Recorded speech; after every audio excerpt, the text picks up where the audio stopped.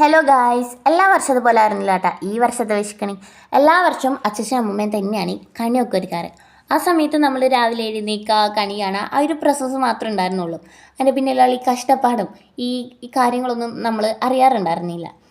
പക്ഷേ ഈ വർഷം നമ്മളാണ് കണി ഒരുക്കിയത്. അതുകൊണ്ട് തന്നെ അതിൻ്റെ പിന്നിലുള്ള എഫേർട്സും കാര്യങ്ങളൊക്കെ നമുക്ക് മനസ്സിലായി. കണി ഒരുക്കുന്നതിൽ ഒരു ടാസ്ക് പിടിച്ച പണിയാണ് ഈ ഉരുളി സെറ്റാക്കി എടുക്കൽ. ഈ ഉരുളിയുടെ അകത്ത് ഫ്രൂട്ട്സും വെജിറ്റബിൾസും എല്ലാം കൊള്ളുകയും വേണം. എന്നാൽ നമ്മളത് പുറമേ നിന്ന് നോക്കുമ്പോൾ എല്ലാം കാണുകയും വേണം.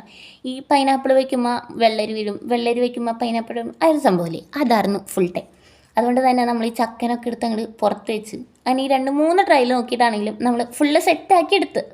അങ്ങനെ അടുത്ത സാധനങ്ങൾ വെക്കാനായിട്ട് നമ്മൾ വീണ്ടും അച്ഛനും അമ്മൂമ്മേനെയൊക്കെ തന്നെ വിളിക്കേണ്ടി വന്നിട്ടുണ്ടായിരുന്നു.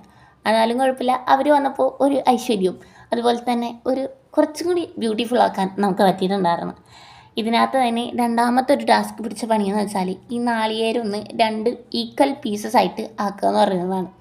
നമുക്ക് അതിനകത്ത് അത്ര എക്സ്പേർട്ട് ഇല്ലെങ്കിലും നമ്മുടെ അമ്മമ്മ നല്ല എക്സ്പേർട്ടാണ് നാളികേരം ഈക്വൽ ആക്കുന്നതിന്. അതുകൊണ്ട് തന്നെ നമ്മൾ അമ്മമ്മേനെ നാളികേരം ഉടയ്ക്കാനായിട്ട് ഏൽപ്പിച്ച് അമ്മമ്മ നമുക്ക് സെറ്റാക്കി തന്നു. ആൻഡ് ഇതെല്ലാ പ്രോസസ്സും കഴിഞ്ഞപ്പോൾ satisfaction at its peak level എന്ന പോലെയായിരുന്നു. വിളക്കും കൂടി കത്തിച്ചപ്പോൾ വാവായി. അങ്ങനെ കണി കണ്ടാലും നമുക്ക് നമ്മുടെ ഫൈനൽ ലുക്ക്